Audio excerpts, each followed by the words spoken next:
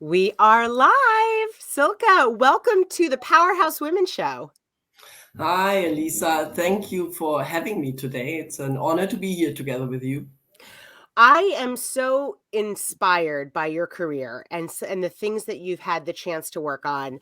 We are similar in the sense that we have both spent time working in big companies in marketing. So I completely understand the draw of marketing and market research, which I know is a big part of your background. But can you share a little bit about your current role as the Chief Diversity Officer at Philip Morris International and, who you are serving? Yeah, I'm, as you said, Chief Diversity Officer at PMI, and it's a new role which was newly created actually at the beginning of the COVID time, so to speak, in March 2020. And I'm reporting directly to our CEO, and that was new, so to speak, in this role. And I'm responsible for the I&D strategy together with my team and implementing the I&D strategy across the company globally. And whom I'm serving, we always say I&D is good for the business and good for people. So it's like it's employees because having an inclusive culture is really what employees are looking for. We know this, I think, around the globe in all companies.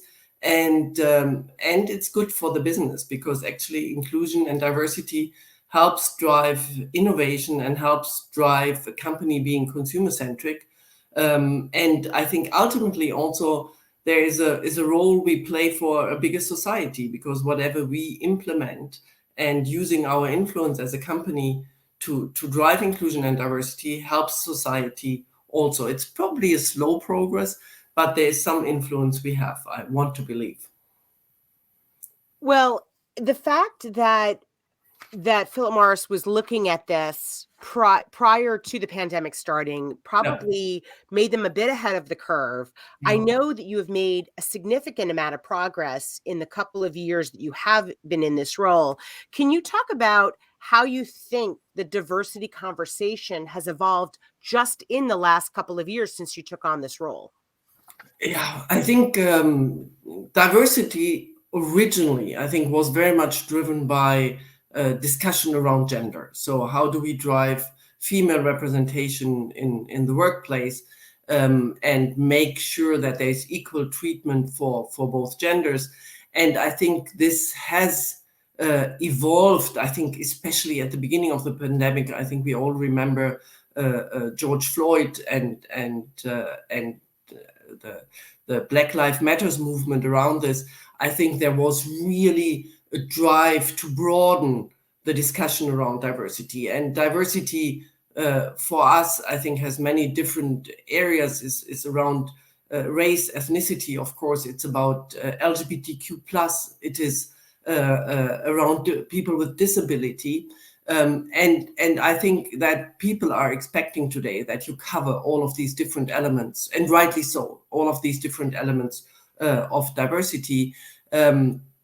And I think to make things more complicated, because you can always make everything more complicated, we are also looking at intersectionality these days quite a lot. So it's like, we know that Black women, for example, in a lot of cases, suffer more from not being included than others do. So I think looking at these groups, nobody is, it's like nobody belongs usually only to one group of women, but you have female and parent or male with disability. So I think that is also very important to keep this intersectionality in mind. And then very importantly, I think you asked about how the discussion around diversity has changed. But I think an important change I see in the last years as well is that there's more and more discussion also around inclusion, that it's definitely not enough to drive diversity only, but you have diversity has to come with an inclusive culture, because you need this inclusion to be able to leverage the benefits of diversity. And I think that's a really positive thing. Let's talk a little bit about that if we can, because I think there is a lot of conversation around diversity. And then there's also the conversation, people talk about inclusion. Can you share what the difference is and what does it mean to be inclusive? Yeah. So, very loaded question, by the way. So, it's like diversity is almost easy. It means that you have, as I said, representation from all different groups of society, and it covers, sexual orientation, different abilities, gender, race, ethnicity. Um, and that you really represent the communities around you. That is always important. And that you represent also the consumers you have, because we as a global company, we have global consumers, and we want all these groups represented. And that is how you measure then diversity. So what is your representation of all of these different groups within your group of employees? So that is what diversity means. When it comes to being inclusive, I think it means that the saying is that everybody feels they can bring their true selves to work. So that means you have an inclusive culture. That means you have people who are unique in their way because of who they are, and they still feel they can come and they can express themselves, and they are heard and they are valued and they are respected. And I think that for me is being inclusive and inclusion. I mean, that is such an important point, and one that I think maybe the pandemic has helped to usher in Yeah, this era of us seeing one another as human beings beyond just the professional, of yeah, being in an office and seeing somebody in the work environment. I'm curious to hear if you think that that has had an impact and hastened this inclusive environment that we yeah, hopefully the era that we are now in of a more inclusive environment. yeah. I think, as much as we all would have loved to live without the pandemic, to be clear, but it had some positive impact. And one is that actually, I think people were more reflective, probably because they spent more time on their own, and you were less going out. So I think, and this reflection led to people putting more emphasis on these elements like inclusion.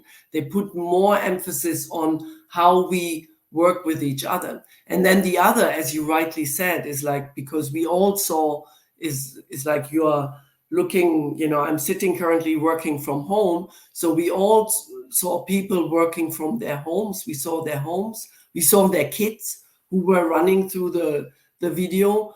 I hope you don't hear my dog barking currently, but he does this, of course, from time to time, because he wants to be in the same room as I am, and I don't let him. So I think we saw a lot more. And I think that's something we did very early on in the pandemic, actually, that we encouraged managers, and we said, this is the time where you have to talk to people how they are doing. It's no longer the time where you can say, this is my employee, and as long as they work, properly, I don't care for what is happening in their house. But it was very clear that in the pandemic, leadership required that managers asked how people are doing, and what their private situation is, and can they work? Do they have children doing homeschooling at work, at home? And does that mean that they have to work different times, for example? So we really encourage, and I think it's not only PMI, I guess more companies did so. We encouraged managers to be much more interested into the private life of employees. And I think this has had a positive impact, as you mentioned. Well, certainly for me, it humanizes us. Yeah, And it absolutely. also, I think, it goes back to what you were saying about inclusivity earlier, which is it allows us to be a lot more honest about Yeah, what we think, which I mean, I can tell you from my years in corporate America, one of the things that started to emerge was that if we didn't allow people to have honest dialogue and Mhm. honest debate, Yeah, then we were not going to be as successful as we could be. yeah, So absolutely. so this is a positive in that regard, Yeah, because hopefully it is allowing all of us, each of us, to be more authentic, and that has a positive impact on the yeah. business. Yes. And what you describe is something which was a big focus area for us last year, is what we describe as psychological safety. So really the fact that you want people to be able to voice concerns, to raise concerns, to say where they think something might go wrong. But also, I think in the whole context of health and well-being, what we saw is that when people feel they can talk to their managers about them not feeling well or having concerns about their own mental health, that this has a huge impact on their positive impact on their mental health. So this psychological safety is really, and we did a research last year together with IMD Business School in Lausanne, and they did an independent research on what inclusion means today, and how we can best measure inclusion. And one of the findings was that psychological safety is a real important element of inclusion, and we all know that psychological safety can really drive business results. So that is really something which we take very serious. I've never heard that term, psychological safety, and Oh, I really I think it's such a valuable concept for people to understand. And I want to talk about the research in a minute. But before we do that, I want to take a step back yeah. and let people understand a little bit more about who you are. How did you get started in your career? I know you had senior roles in marketing at Coca-Cola. This is a relatively new area for you to work in diversity, but let's take a step back and talk about how you got started. Yeah, I started actually my career. I'm usually, when I introduce myself, I say I'm a German mathematician. So I studied mathematics, which is probably the way from mathematics to inclusion and diversity is relatively long. And I started my career in market research, and also had marketing roles, and I was in Coca-Cola Germany, the first female marketing director at that point in time, quite a while ago. And I really, I think market research, I always loved market research because I have an affinity to numbers very clearly. But to be really good in market research, you need a combination of understanding the numbers, but as important is to understand the people behind. So it's like also what people tell you is not always, there's always an interpretation needed. And even if you read the statistics, you need to know why people would answer that way. And that is actually, this combination of understanding what drives people, what is people's motivation, and the number part in it, that really was the right thing for me. So I actually loved market research quite a lot. Mm. You are speaking my language. I absolutely love market research. And interestingly, I don't know that people always understand how much of psychology is Yeah. involved in Yeah. understanding market Yes. research, Yes. in Absolutely. just understanding why somebody answers a question the way they answer it. Yeah. Yeah. And it's such a fascinating area. I love it. I love that you started in market research, you've taken on marketing roles, because in many organizations, and I came from a large organization before, in my corporate career, I worked at American Express, and market research and marketing in some ways were almost like church and state. You needed to have a Yeah. separation between what the market research said and then how you marketed. You could not Yes. let those two things No. intertwine. Yeah. And it always it always surprised me how much of market research really did involve a lot of the skills that marketers have, which I Yes. think good marketers in some ways are good psychiatrists. They Yes. understand why people do what they do. Yeah, absolutely. It's like marketing is fascinating, and I'm super fascinated by big brands and Coca-Cola. American Express is truly also, a really great brand. Is like, when you understand that brand are characters as well, and that you nurture, you need to nurture. And it's so fascinating if you want to evolve an iconic brand. If you think about Coca-Cola, because there for quite a while, but you always have to keep it up to date, but you always have to keep the brand character in mind, and that requires a lot of psychology, as you say. So really fascinating topic.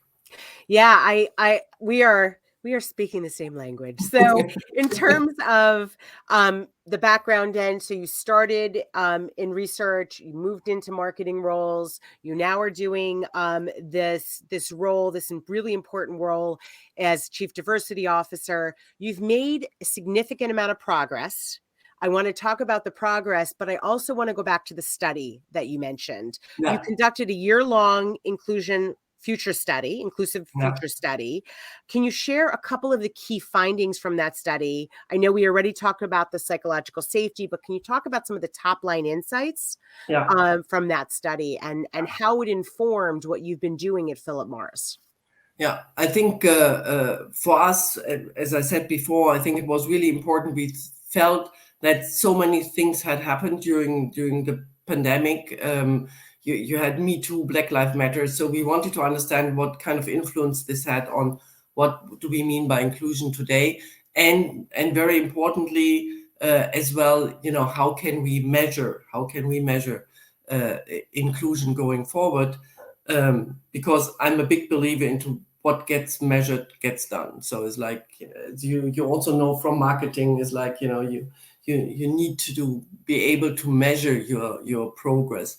And I think one of the important elements was, which I found really interesting, is when it comes to the definition of inclusion, that you have, in order to be truly inclusive, you need to have these individual elements like belonging, authenticity, you talked about before, uniqueness. You have this on the one hand, the individual elements, and then you have organizational elements like participation and fairness. So you want to have a diverse group of individuals, unique individuals, but you need to make sure that they, can all participate and that everybody is treated fairly. So these are kind of two elements of inclusion, and in order to balance this, that's where psychological safety plays this important role as a linchpin. So it's like when you have this psychological safety, every individual can feel a belonging and participate and being unique at the same time.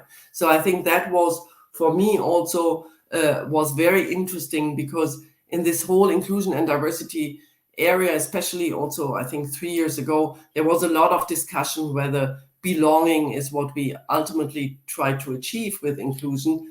But I think in this research, the answer was really belonging is one element of inclusion. So you need more than belonging. You need the fairness and participation, the psychological safety as well. So that was really one important element. The study unfortunately confirmed what I had seen before, that there's no gold standard for how to measure inclusion.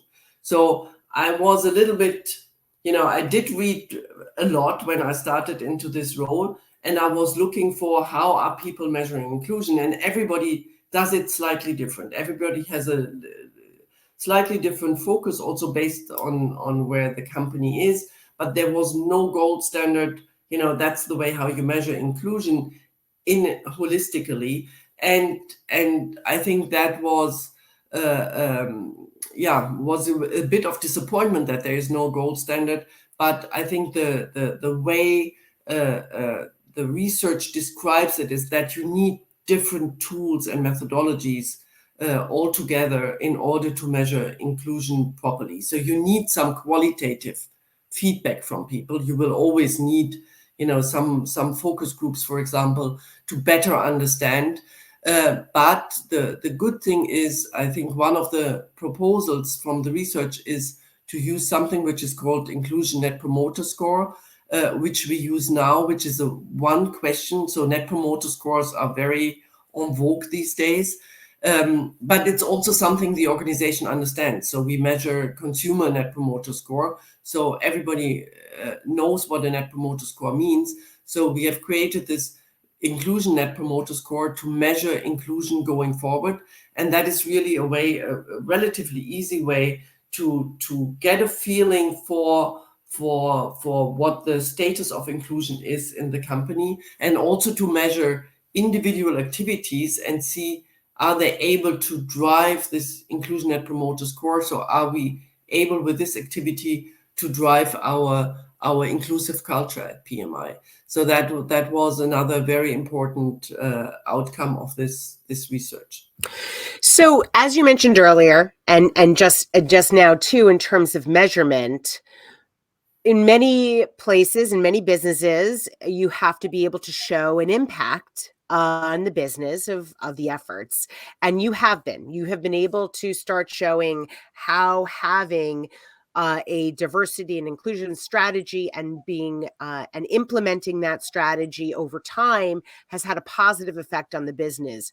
Can you talk a little bit about what are some of the positive benefits of pursuing a very sound and focused strategy on diversity and inclusion?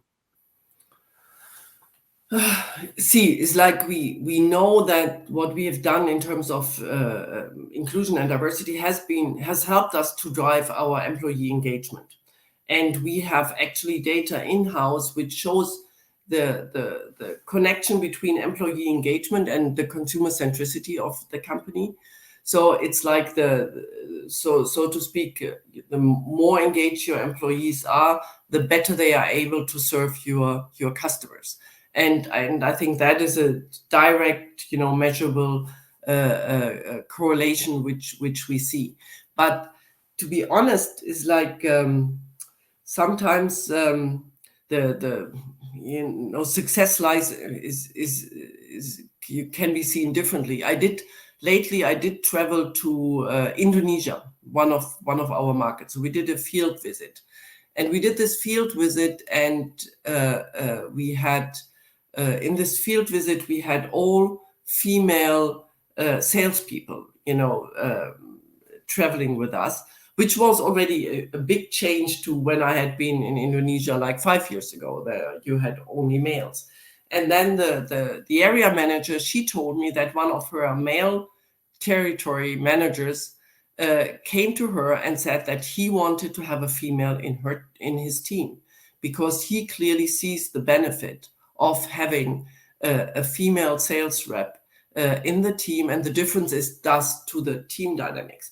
And honestly, that is when I'm asked what success means, that for me, when you have the people in the company seeing the tangible benefit of having diverse teams and having diverse and inclusive teams, I think that was for me a huge success. So when you really have the whole company believing in how important it is and seeing the benefits, I think that was for me, a very positive moment. Yeah, and it's interesting. Even thinking, my orientation is frequently putting my marketing hat on. Even thinking from a marketing perspective, you have a diverse consumer base. Yeah, And the consumer base does not look like just one type of person. absolutely. And so having diversity in terms of the people who are making decisions about product design, Yeah, communications, all of that, yeah, it absolutely. is so critical to being Absolutely. able to appeal Yeah, to the right audience. I yeah, mean, I can give you a small example. I was at American Express for years, and historically American Express, I mean, even think about the centurion that is on the card. Yeah. It is a male warrior, right? Yeah. So if you think about historically, American Express was considered a male oriented brand. Yeah. But as the company evolved and brought on more women into the workforce, it was clear that there was a huge opportunity to talk to women. And it Yeah. just, even just that change in the 80s and 90s completely changed the consumer base, Yeah. the membership base, Yeah. and then that has evolved over time Yeah. too. So Yeah. I We think it's so clear that the yeah. benefit of having a diverse workforce, Yeah. an We inclusive had workforce, you get those perspectives. yeah. We had for our last ICOS campaign, and ICOS is our reduced risk product.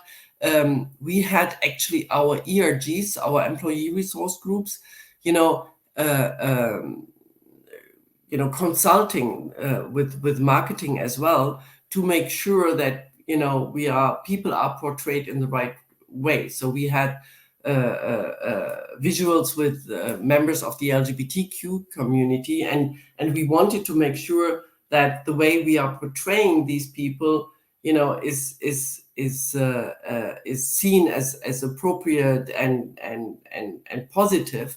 And also, I think it had immediately also impact on what is our gender balance, and not stereotyping. So, and you still see this so often in marketing and in marketing campaigns, that even when women are used, they are shown in a very stereotypical way.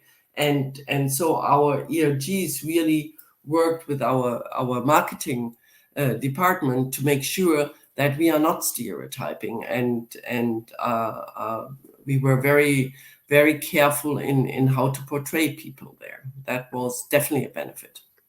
So let's talk a little bit about employees. What can individual employees do to help foster an inclusive? Like, what should anybody who's listening to this, who's an individual contributor in a company, maybe they have people reporting to them, maybe they don't, what can they do to help foster an inclusive environment? Yeah, two things. I think one very important is being intentionally inclusive. I think people always sometimes make the mistake that they mix, that they are not excluding anybody, but that is not enough. So you need to be intentionally inclusive and really have a look, like, is somebody new, or, do you feel somebody might feel excluded, and what can you do to include somebody? I think that is important. And then the other, there's one of my favorite, verbatims is from an Australian general. It's the standard you walk past is the standard you accept. And I think that is for me so powerful, that you really, when you see somebody is excluded, that for you, being an ally, being intentionally inclusive and helping and saying, look, I don't think your behavior was appropriate. That is super important. If we all do this, in a kind and candid way, of course, I think we would all have a much more inclusive environment around us. I love that quote that you just mentioned from the general. The standard that you walk past is the standard you accept. Yeah, It is like so telling. no, And what I is a powerful thing coming from a general, because you can yes, imagine where that came from. All right, Zucca, my last question for you. And yeah. I always end our conversations with this one. What do you wish that you could tell the young Silke that was just starting out in her career? Uh, yeah, so I grew up, and my kids always say I'm 100 years old, which is not exactly true, but I grew up at a time when there was still, this conviction that women have to work twice as hard as men to be successful. And probably, I think I would tell my younger self, take it more easy. And I think I say the same to women today. Some women still feel that they have to work twice as hard, and I think learn early enough how to say no. That is a good advice, probably. Well, Silke, that is great advice. Thank you so much for spending your time with us today. We appreciate it. And Well, I can't wait for more people to hear this episode. So thank you. thank you. Thank you for having me, Alisa. It was a real pleasure.